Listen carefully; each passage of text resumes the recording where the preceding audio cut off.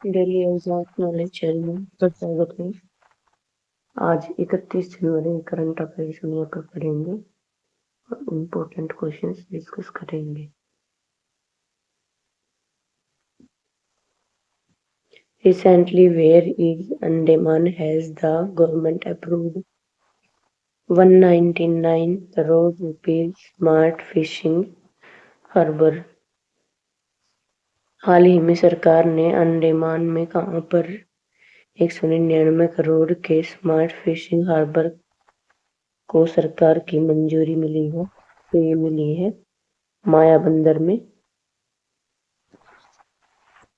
मायाबंदर में अंडमान निकोबार द्वीप समूह में। और ये कितने करोड़ रुपए की है? 199.24 crore.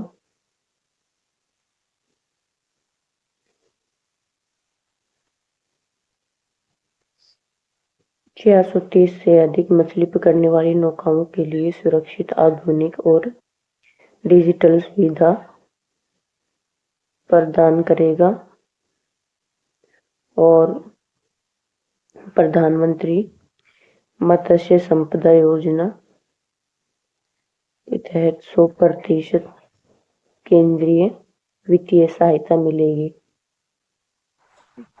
Recently, India's first government-run menopause clinic for women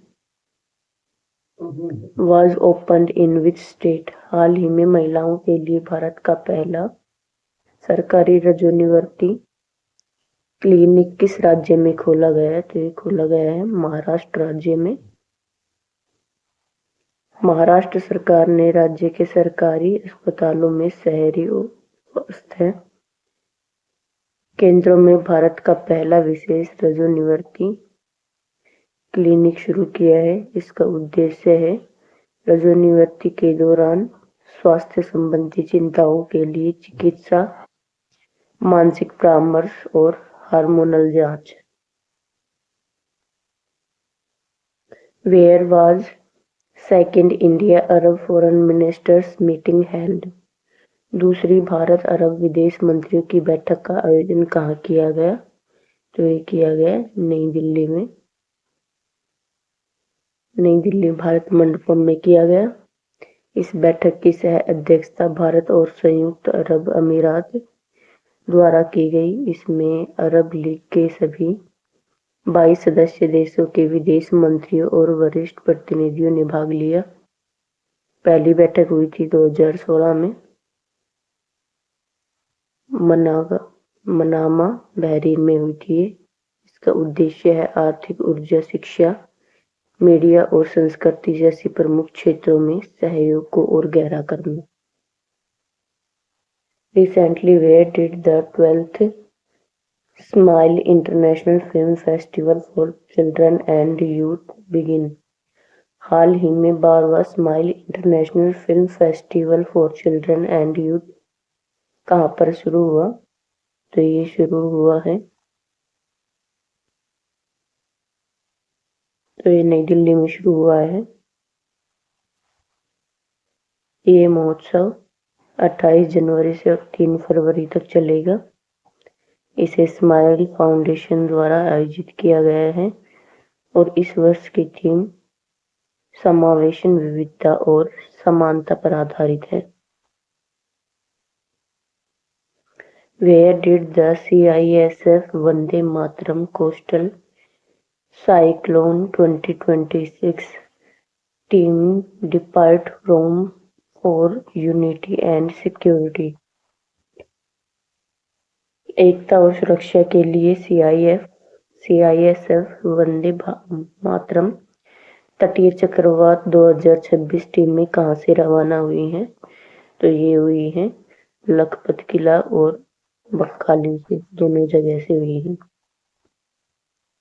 CISF की Vande Mataram coastal cyclone 2026 team में 28 जनवरी 2026 को पश्चिम में गुजरात के लखपत किले और पूर्व में पश्चिम बंगाल के बकहाली से रवाना हुई है। इनका उद्देश्य है सुरक्षित तट समृद्ध भारत थीम के तहत देश के तटीय सुरक्षा तंत्र को मजबूत करना। MSDE, Google Cloud and CCSU launched India's first university of which type? MSDE, Google Cloud और CCSU द्वारा भारत के पहले किस तरह के विश्वविद्यालय का शुभारंभ किया गया है? तो ये किया गया है पहला AI सक्षम राज्य विश्वविद्यालय। ये कहाँ पर किया गया है? उत्तर प्रदेश के मेरठ में किया गया है। इसका उद्देश्य है व्यक्तिगत AI ट्यूटर कौशल अंतर विश्लेषण और स्मार्ट एडमिनिस्ट्रेशन के माध्यम से शिक्षा को रोजगार से जोड़ना। Recently, where in Chhattisgarh did the railway approve a 4-line worth 246 crore rupees? हाल ही में रेलवे ने छत्तीसगढ़ में कहां पर 426 करोड़ रुपए की चौथी लाइन को मंजूरी दी है? तो ये दी है बैकुंठ और उरकुरा लाइन में, दोनों स्टेशनों के बीच। इसकी कुल लंबाई है 26.40 किलोमीटर और ये छत्तीसगढ़ के दक्षिण पूर्व मध्य रेलवे में किया गया है। मुंबई हावड़ा वेस्ट रूट पर क्षमता बढ़ाने के लिए। According to the Economic Survey 2025-26, India's GDP growth rate is projected to be what percentage in the fiscal year 2027? आर्थिक सर्वेक्षण 2025-26 के अनुसार वित्त वर्ष 2027 में भारत की GDP वृद्धि दर कितने % रहने का अनुमान है? तो ये है 6.8% से 7.2% तक। आर्थिक सर्वेक्षण 2025-26 29 जनवरी 2026 को संसद में पेश किए गए। वित्त वर्ष 2026 के लिए वृद्धि दर 7.4 रहने का अनुमान लगाया गया है और वित्त वर्ष 2026-27 के लिए भारत की वास्तविक GDP दर 6.8% से 7.2% तक अनुमान लगाया गया है। Recently, where will the Krishnamurti Tandon School of AI be opened? हाल ही में Krishnamurthy Tandon school of AI कहाँ खोला जाएगा? तो ये खोला जाएगा IIM अहमदाबाद में। इस स्कूल की स्थापना के लिए 29 जनवरी 2026 को नई दिल्ली में केंद्रीय शिक्षा मंत्री धर्मेंद्र प्रधान की उपस्थिति में PIB के माध्यम से समझौता ज्ञापन का आदान प्रदान किया गया था। Recently, Taiwan successfully conducted a shallow water dive test of which of its first indigenous submarines? हाल ही में ताइवान ने अपनी कौन सी पहली स्वदेशी पनडुब्बी का सफलतापूर्वक उथले पानी का गोता प्रशिक्षण किया? तो ये किया नरवाल नामक पनडुब्बी का। ये नरवाल या फिर हाईकुन SS 711 काओसुन के पास उथले पानी में पहला सफल गोता प्रशिक्षण किया गया।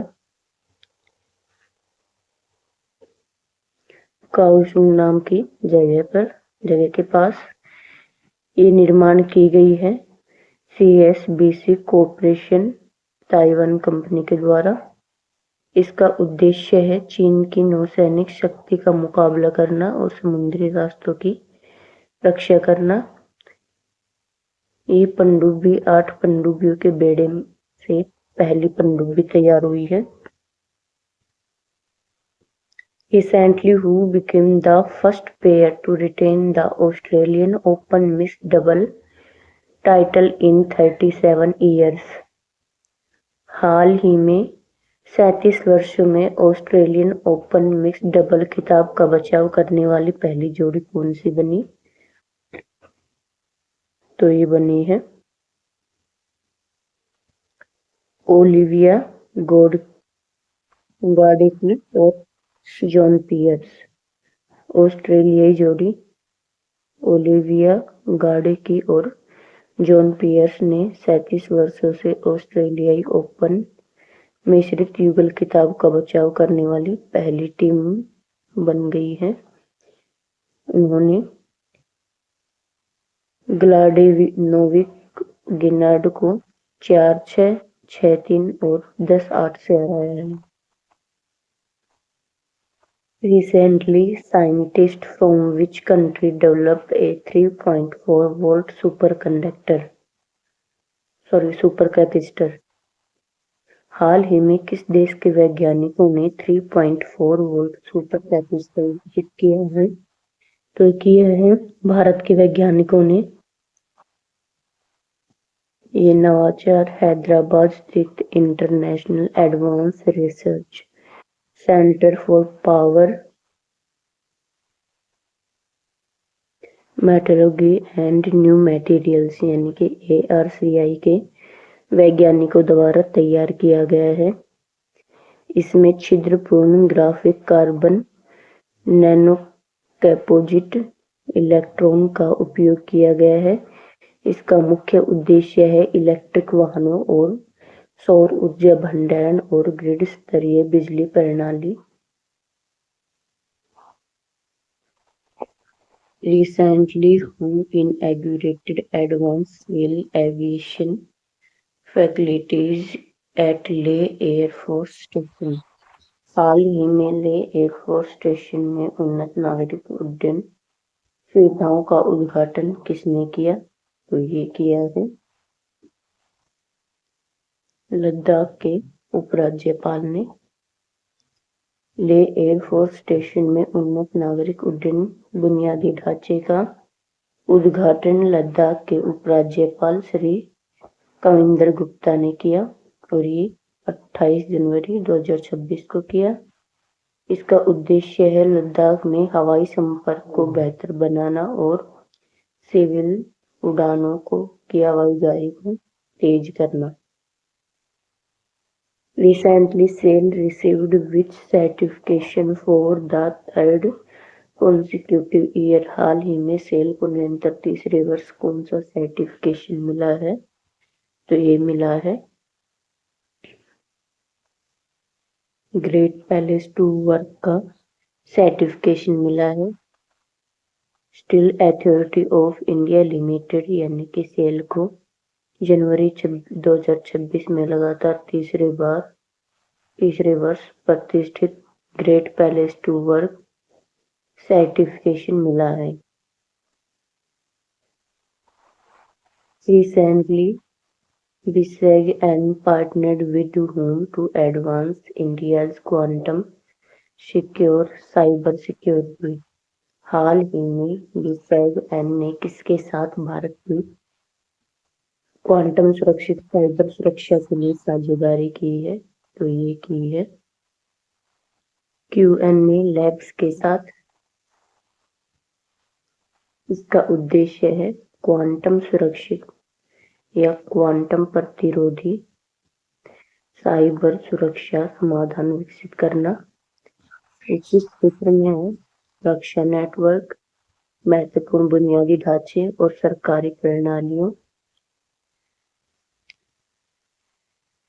QNA labs quantum random number of generation और क्वांटम की डिस्ट्रीब्यूशन के माध्यम से सुरक्षा प्रदान करेगा। Recently, with which organization did AIIA sign an important MOU? हाल ही में AIIA ने किस संस्था के साथ एक महत्वपूर्ण समझौता ज्ञापन पर हस्ताक्षर किए हैं? तो ये किए हैं CAYEIC के साथ अखिल भारतीय आयुर्वेद संस्थान यानी कि AIIA ने आयुर्वेद शिक्षा नवाचार और प्रौद्योगिकी केंद्र CAYEIT के साथ एक समझौता ज्ञापन पर हस्ताक्षर किए थे।